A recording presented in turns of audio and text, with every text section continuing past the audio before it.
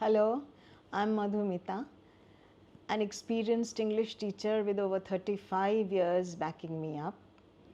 Since the very starting of my teaching career, I have been very passionate about my subject English, and I had a purpose behind pursuing this career, and that is to empower all the students that I come across, and I have come across through these years, to understand the subject in depth, to develop a clear conception and analytical power, and also to empower them to express their views in writing in the proper structured manner as required by the council.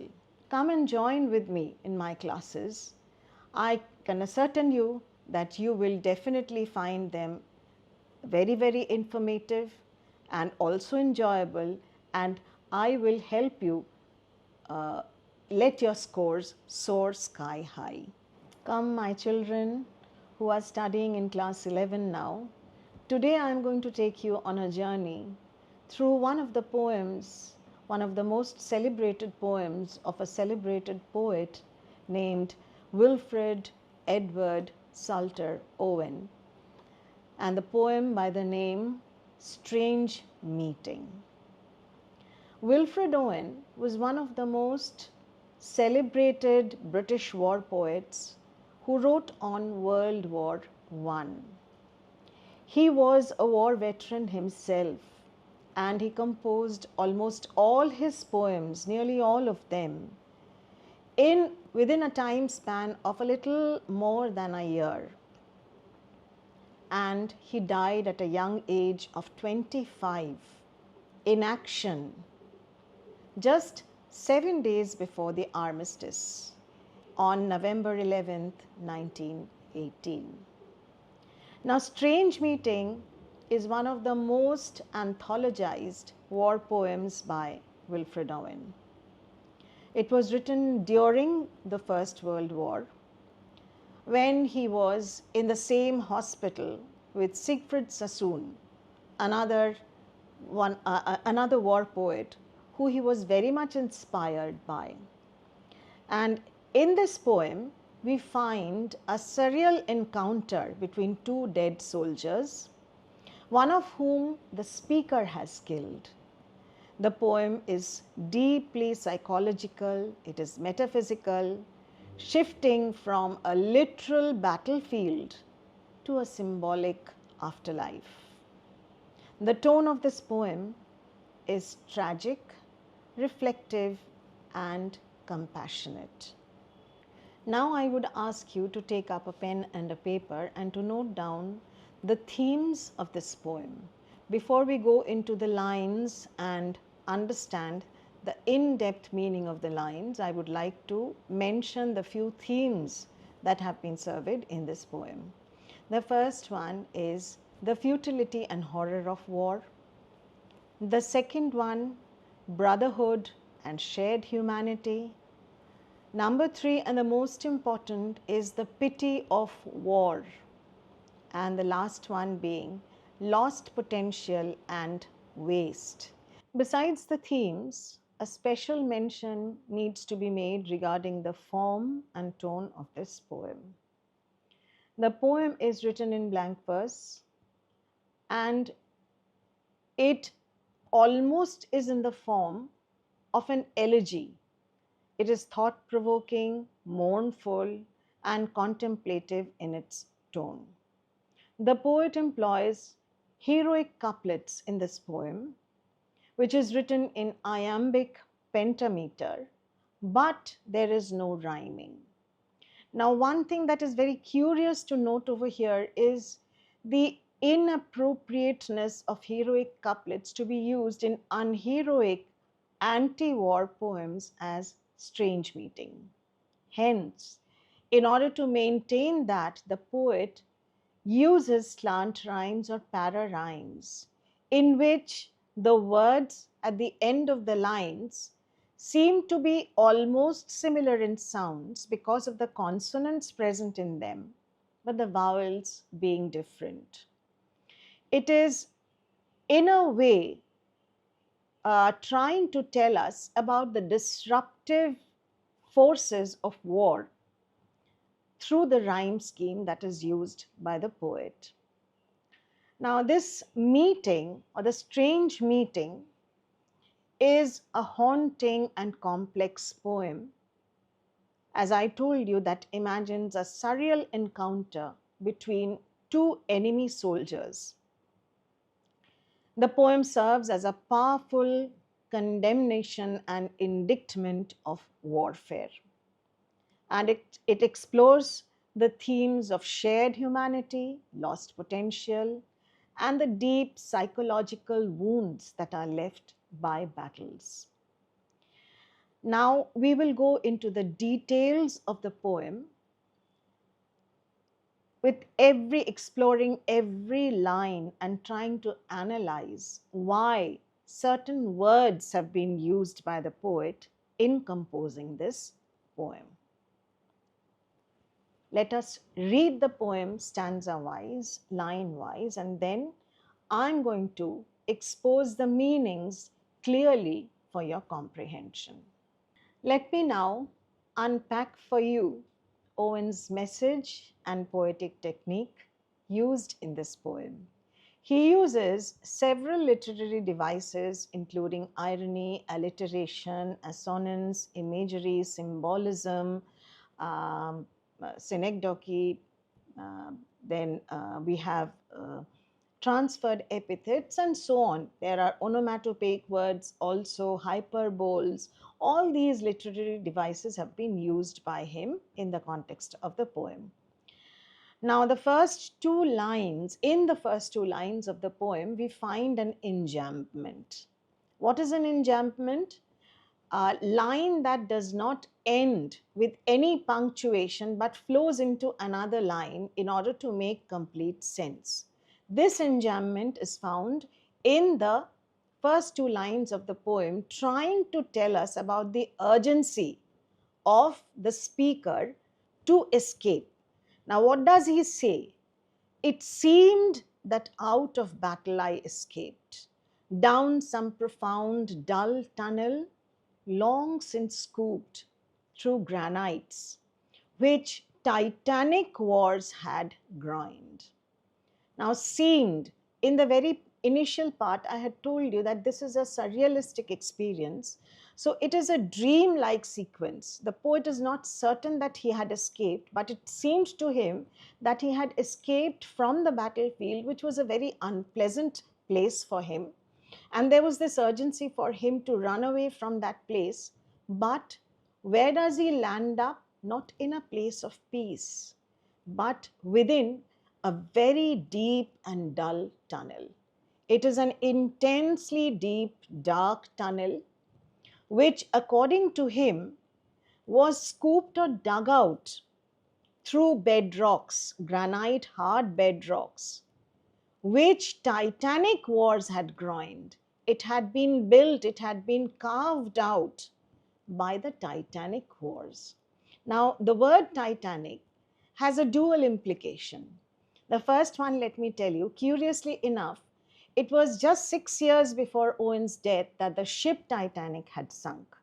So he might be having at the back of his mind the name of that ship, but more probably he is talking about the epic warfares that man have been waging since time immemorial. We know about the Trojan War, we know about the wars of Mahabharata, of Ramayana, and so on. So, since time immemorial, men have been waging wars. And in all warfare, we know that underground passageways are used as a means of escape. If you have seen Troy, you must have noticed the underground tunnel through which Aeneas carries his father away when Troy is set to fire. This is just for your reference. Now, as I told you that there is a para rhyme or a slant rhyme, just note these words, escaped and scooped. Look at the consonant sounds, S, C. They sound similar, but there is no rhyming in them. So this is what we call para rhyme or slant rhymes. The same happens with the words groined and grained. Okay, the through granites which titanic wars had groined. Now let me take up the word groined. It is used as a verb in this sentence, which means to build. Now, what is being built? It is like an intersection of two vaults. A tunnel has a vault like shape. So, it is the intersection of two vaults that is being built. That is what the poet is referring to as groined, sorry. Yet also their encumbered sleepers groaned. But within that tunnel, which was dark, deep, and also very dull, bleak, he found some overburdened sleepers groaning. Groaning is an onomatopoeic word which indicates pain. Again, a slant rhyme between the words groined and groaned. Okay, and the groaning of the people were probably because of the intense pain that they had suffered in their lifetime as soldiers on the battlefield. Who are these people who are groaning? Why are they encumbered? What kind of sleepers? They are being called encumbered sleepers. Now, who are these encumbered sleepers? They are the dead soldiers. Why are they encumbered? What is encumbering them? The eternal unrest of being trapped in hell. That is what they are encumbered with. This, on the other hand, also tells us that wars are eternal and cyclical. Okay, so these encumbered sleepers are not just overburdened by the trauma of death, but it is also a psychological pain that they are undergoing. That is the reason why they are encumbered. The next line reads, too fast in thought or death to be bestirred. Now they are totally absorbed either in sleep or they are absolutely dead, log dead, to respond, to be awakened. Why? Because they are benumbed by war. Then, as I probed them, one sprang up and stared. Now, here the speaker tells us that seeing them lying so deeply in sleep or death, he probes at one of them. Probed means prodded one of them. And suddenly one of them sprang up and stared at him. Here note the alliteration of S. Sprang up and stared. The S alliteration has been used. With piteous recognition in fixed eyes. And when he looked up, the look of this soldier, of this dead soldier, was sorrowful. It was painful. And it revealed a shared suffering of being victims of brutality. Piteous recognition. What does he recognize? He recognizes this newcomer, the speaker, to be one of his kind. He is also a dead soldier who has been a victim of the brutal war. Lifting distressful hands as if to bless. Now, in this line, we find a sibilance. Sibilance is a figure of speech in which the repetitive S sound is used. Lifting distressful hands as if to bless, and by his smile I knew that sullen hall. In these two lines, see the repetition of the S, which is sibilance, and then again, distressful hands is a unique example, a wonderful example of a transferred epithet. Why? Because the hands are not distressful. Hands are only a part of the body of that dead soldier. The distress or the anxiety or the worry is in the mind of that soldier. So this is an epithet or an adjective transferred from the entire being to only his hands. In a way, this is a subtle synecdoche also, because the part of the body is used instead of the whole. But more appropriately, it is a transferred epithet. So the dead soldier raised his hand as if to bless the newcomer. And by his smile, I knew that sullen hall. And the speaker says, the way the person smiled, the vision smiled, from that very smile he realized the place that he was in was none other than hell. It was a sullen place. It was a dull place. Why? Because the dead smile of the vision of this other man, of this other dead soldier, makes him realize that he was in hell. So he says, by his dead smile, I knew we stood in hell. Dead smile is a paradox, because a person who is dead cannot smile, and if he smiles, he cannot be dead. So here we find two contradictory words. Not exactly opposites, otherwise I would have called it an oxymoron, but this is just a paradox. Here, one thing that is curious to note is that this hell, the so-called hell that he is talking about, is a dark, dull tunnel, which is absolutely different from the Christian concept of hell. In Christianity, in the Bible, we refer to the hell as an inferno, where there is an eternal fire burning and the evil spirits are purged over there. But here, the spirits of the dead soldiers, or they themselves, are lying in a fast, eternal sleep, completely beleaguered by the distress of death in the battlefield. So, with that, we come to the end of the 10th line of the poem, and as usual, in all the lines, we find the slant rhyme, like instead and bestirred and stead, and then we have hall and hell. These are all similar sounding, but almost similar sounding, but not absolutely rhyming words. So with that, we come to the end of the 10th line, and let us move ahead, where we are going to analyze what kind of hell he is talking about. This is the psychological hell.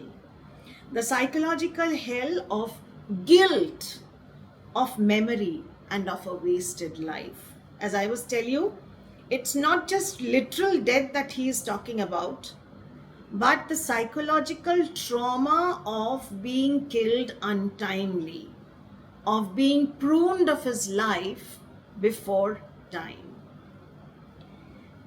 Let us move on. With 1,000 fears, that vision's face was grained. Yet no blood reached there from the upper ground. Here, he uses a hyperbole. With 1,000 fears, that vision's face was grained. Now the word grained, synonymous to ingrained, tells us that the fears were deeply etched on the face of this vision. Why is he a vision? Because he is an illusory figure. He is not a real entity. And what fear is he talking about? Fear of warfare, fear of death, fear of trauma. Yet no blood reached there from the upper ground, and no guns thumped or down the flues made moan. One thing that is strange over here is that he says that the place did not have any warfare. There wasn't any bloodshed like there is on the upper ground, that is on earth. Here in the underworld, everything apparently was calm and peaceful. But still, the vision face was grained with fear. There wasn't any usual sound of firing, no moaning sound of the bullets leaving the muzzles, Now the flues refer to the vents. They may refer to the chimneys, they may refer to the pathways, they may refer to the muzzles of the guns through which a sound is emanated when a bullet leaves it. Then the speaker tells him, addresses him, "Strange friend," I said, "here there is no cause to mourn." He says, "Why is your face so terrified?" "Because here there is no bloodshed, no blood is coming down or oozing down from the earth into the underworld. So there is no cause for us to mourn over here. But beyond the touch of war, because we are now," he says, "we are now beyond the touch of war, and we have nothing to be afraid of. So there is no cause for lamenting, no cause for mourning over here." Now this particular part of the poem is a turning point that introduces the anti-war theme of the poem. Now here let me tell you, once again there is a paradigm between the words moan and mourn. Moan, by the way, is an onomatopoeic word. Now why does he call this man a strange friend? The phrase captures the paradox of war. A man who in his life had been his enemy now becomes his companion in suffering. So as a friend, he addresses this man, telling him that there is no cause of mourning over here. There is no cause to lament. Now these lines mark a turning point in the poem, introducing us to the anti-war message through the dead soldier's response, which is going to be a long speech following. "None," said the other, "save the undone years, the hopelessness. Whatever hope is yours was my life also. I went hunting wild after the wildest beauty in the world." Now this dead soldier said, "No, you are right. There is no cause for us to mourn over here, save the undone years." He talks about the futility and horror of war, one of the major themes. So what is it that he is mourning about?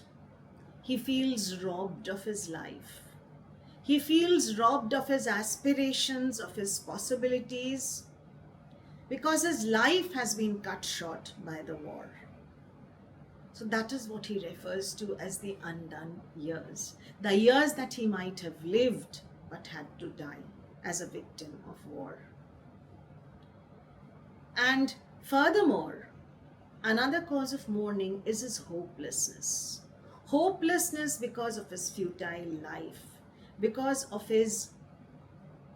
the thwarting of his aspirations, because of the failing of all the possibilities that he had in his life. So whatever hope is yours was my life also. Here there is a W alliteration, and the vision identifies himself with the newcomer, the speaker. He says we both share the same kind of hope. Whatever you had as your hopes in life, that is what my life was also all about. I went hunting wild after the wildest beauty in the world. And he pursued beauty, beauty with meaning and purpose, beauty suggesting something ethereal, not skin deep. What kind of beauty is it? The wildest beauty, the most elusive beauty, which he went hunting after. The most elusive beauty, the beauty that does not come within clutches. Here we have a wonderful metaphor. He compares it to the hunting of a deer or maybe running after a mirage. What beauty is it that he is talking about? Something ethereal, something not earthly. That is the reason why he says, beauty which lies not calm in eyes or braided hair, but mocks the steady running of the hour, and if it grieves, grieves richlier than here. So what kind of beauty? Beauty that cannot be found within the beautiful eyes of a woman or the beautiful hair of a woman, but beauty that evades time, that goes against time. It taunts, it mocks the running hours. Now the running of the hour over here is again a metaphor. It's an image that draws into our mind the picture of an hourglass through which we find sand running from one chamber into another. Now here, hour represents time. It is not just the hour that he is talking about. The passage of time, beauty that cannot be ravished, that cannot be ravaged or destroyed by the passage of time. What beauty is he talking about? It is the beauty of love, it is the beauty of peace, it is the beauty of harmony, of reconciliation, of a world where there is total accord and happiness. So he went hunting wild after that kind of beauty, the metaphorical beauty.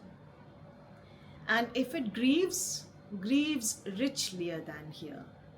Now, if this beauty grieves, it grieves much more than the grief of death. Unachievement of that beauty makes one lament even more than death. Now, in this section, we find that the poet undermines the propaganda that paints the enemy as someone inhuman, evil, opposing. How? Because the enemy and the dead soldier who has just arrived, they identify one another as equals, as compatriots, as comrades, as friends. Now with this, we come to the next part of the poem where the speaker goes on to say, and by my glee might many men have laughed, and of my weeping something had been left. Here he says that because I died and I could not enjoy my life, I could not propagate happiness either. If I would have been alive, I could have made people happier by making them aware of the truth and reality of enmity, of warfare, of futile battles. And of my weeping something had been left. Here, the poet is talking about the emotional power and unfulfilled potential. The theme of lost and unfulfilled potential has been highlighted in this part. He tries to tell us that war engenders not only sorrow, but there is no pride, no heroism, and no glory associated with warfare whatsoever. So of my weeping something had been left, which must die now. So he could have told men about the real cause of weeping, the real cause of sorrow. But now that he is dead, that weeping must also remain untold. That truth also remains untold. Because it must die now. I mean the truth untold. What truth is he talking about? The truth of war. The truth that war is horrifying the truth that war is not at all glorious. Now we come to the climax, the crux of the poem, where he says, the pity of war, the pity war distilled. The pity of war is the central phrase of this entire poem. And Owen argues that war strips away all meaning, leaving only suffering. The ultimate outcome of war is nothing but pain and suffering. And that was the purpose of Owen writing anti-war poems. He wanted to make the world aware of this pity, of this sorrow that war engenders. So the poem becomes a manifesto of empathy and a rejection of the glory associated with warfare. Now men will go content with what we spoiled, or discontent boil bloody and be spilled. He talks about the future generations of the lost wisdom.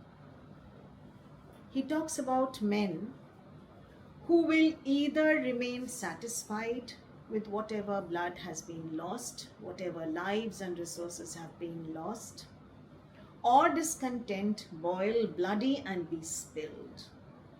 Now this boil bloody and be spilled creates a jarring effect. Boils bloody is an alliteration, and the jarring effect and the visual imagery immediately tells us that these are the people who will not dare to go against the government, who will not speak against the war mongers or the warfare itself.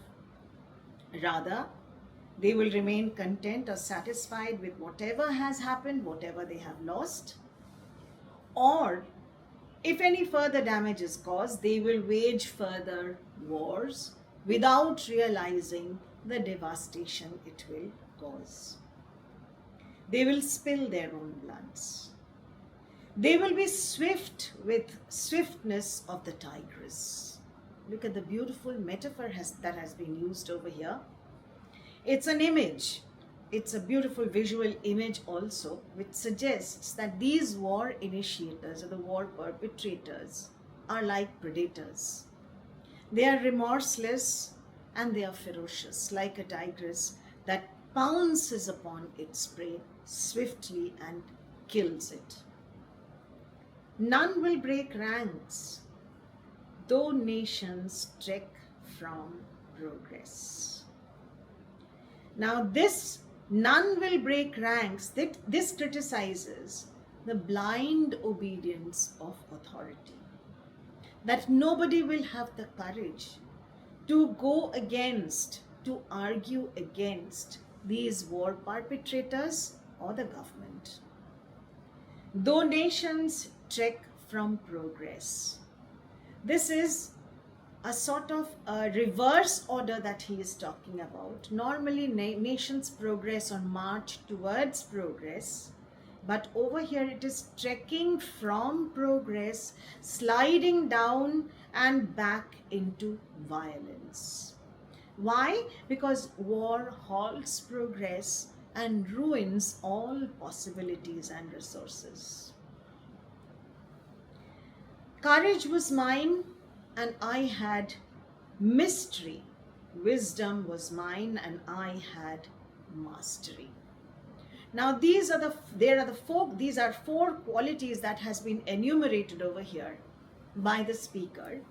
He says that he had courage, he had mystery, he had wisdom, and he also had the mastery or expertise. What for? What kind of qualities are these? These are the powers in life that are needed in order to miss the march of this retreating world into vain citadels that are not walled. So he knew the secret behind stopping warfare. he had the quality and the courage to go against the war machinery and try to bring about peace. Why? If he had been alive, he would know how to miss the march of this retreating world. He would not march along with this world to a degradation, to a downfall.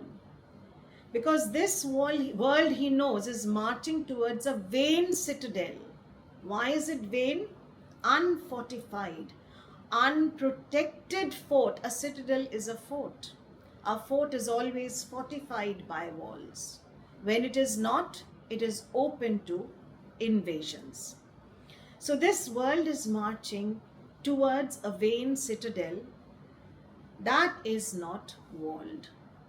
So chaos and destruction is imminent, he says, and this line is a beautiful paradox. Vain citadels that are not walled, that is not walled. So he is talking about the vain citadels that are not fortified, that are unprotected. It is a paradox. A paradox because the future generations are repeating the same mistakes of glorifying war without understanding the cost that they have to pay for it. Then, when much blood had clogged their chariot wheels, I would go up and wash them from sweet wells, even with truths that lie too deep for taint. The vision goes on to say that when there is much blood, blood over here symbolizes violence, and when the war equipment or the chariot wheels, suggesting symbolic of the war equipments, it's an anachronism, let me tell you, because we find chariot wheels or chariots used in biblical times and in the classical times during warfare. Today they are replaced by artillery and other sophisticated machines. So these war equipments, when they are clogged, when they stop working because of too much of violence, I would go up and wash them from sweet wells, even with truths that lie too deep for taint. Here, the poet tries to say that he would, if he would have been alive, he would have cleansed the horrors of war with deep truths, perhaps with his compassion, with his moral insight, with his empathy for the people, with showing sympathy to others. And where would it come out of? It would come out from the sweet wells. Here there is a biblical allusion. Biblical allusion in which water symbolizes salvation. Water symbolizes the Holy Spirit. So with that water, with that sweet water from the sweet wells, he would clear the legacy of violence. And where does the sweet well exist? Too deep for taint. And the sweet wells are within us. It is in our spirit, in our conscience. It lies too deep. What kind of truth is he talking about? The all-enduring, time-enduring truths that cannot be poisoned, that cannot be compromised with anything that is poisonous, that will save humanity from warfare. I would have poured my spirit without stint, but not through the wounds, not on the cess of war. Foreheads of men have bled where no wounds were. So here the poet says that he had the wisdom but not allowed to propagate it as he was silenced by death. And sweet wells is a metaphor that evokes a sense of purity, a sense of healing, contrasting with the bloodshed of war. These sweet wells have hold the truths that cannot be poisoned, that cannot be compromised, and that can save humanity from warfare. And he says unstintedly, without any restriction, he would have his spirit poured out, but not through wounds. He says that it was not going to be in the form of blood, not on the cess of war. The word cess has triple connotations. He may refer to the cesspool, where certain things are accumulated. He may refer to the cessation or the end of war, or he may refer to a tax. So he was not ready to waste his life or his spirit on anything associated with warfare. Then another biblical allusion is drawn where he says, foreheads of men have bled where no wounds were. Here, where were, they create an assonance. A consonance, and there is a W alliteration in this line also. Foreheads of men have bled is an allusion to Christ, who had been made to wear a crown of thorn where his forehead bled. Now, the bleeding of the forehead over here refers to the psychological pain, not just the physical pain that soldiers had to undergo. No wounds could be seen, but internally they bled, psychologically they suffered.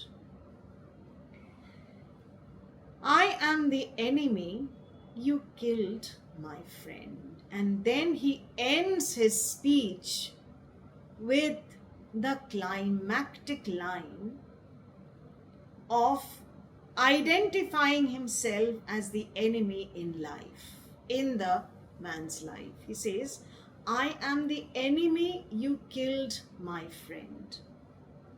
Look at the paradox in this line. He says, as long as we were alive in the battlefield, I was your enemy. But now, death, the greatest leveler, has brought down to the same level of being compatriots, of being comrades. You are my friend now. So I knew in this dark, for so you frowned yesterday through me, as you jabbed and killed. And the moment you entered the tunnel, I could recognize you. Because yesterday, when you were jabbing your knife, the word jabbed creates a sense of brutality. He had forced his knife into the body of his enemy and killed him. So he had the same expression on his face when he went ahead to kill his enemy in life. I parried, but my hands were loath and cold. And then he says that I tried to counter move. I tried to defend myself, but my hands were reluctant. They were unwilling to take any action. Here again we find a synecdoche. The hands were not loath. The man himself was unwilling, was reluctant to move away. There was a lack of passion in him to defend himself from his enemy, because he knew that the ultimate outcome of battle is death. And then the last line is a very emphatic line with 4 strong beats. This line is not in iambic pentameter. Every word is like a drum beat. Let us sleep now. It is emphatic, and it is the greatest truth that the enemies in life are now united forever in death. So the enemy over here is revealed as a mirror of the self, underscoring the senselessness of war. And the last line, let us sleep now, ends the poem on a note of peaceful surrender, or possibly a mutual death. It suggests exhaustion with violence and a deep longing, a desire for eternal rest. With that, we come to the end of today's lesson. If you like my class, do not forget to share and subscribe. And I am going to upload new videos probably every week or fortnight for your perusal. Thank you.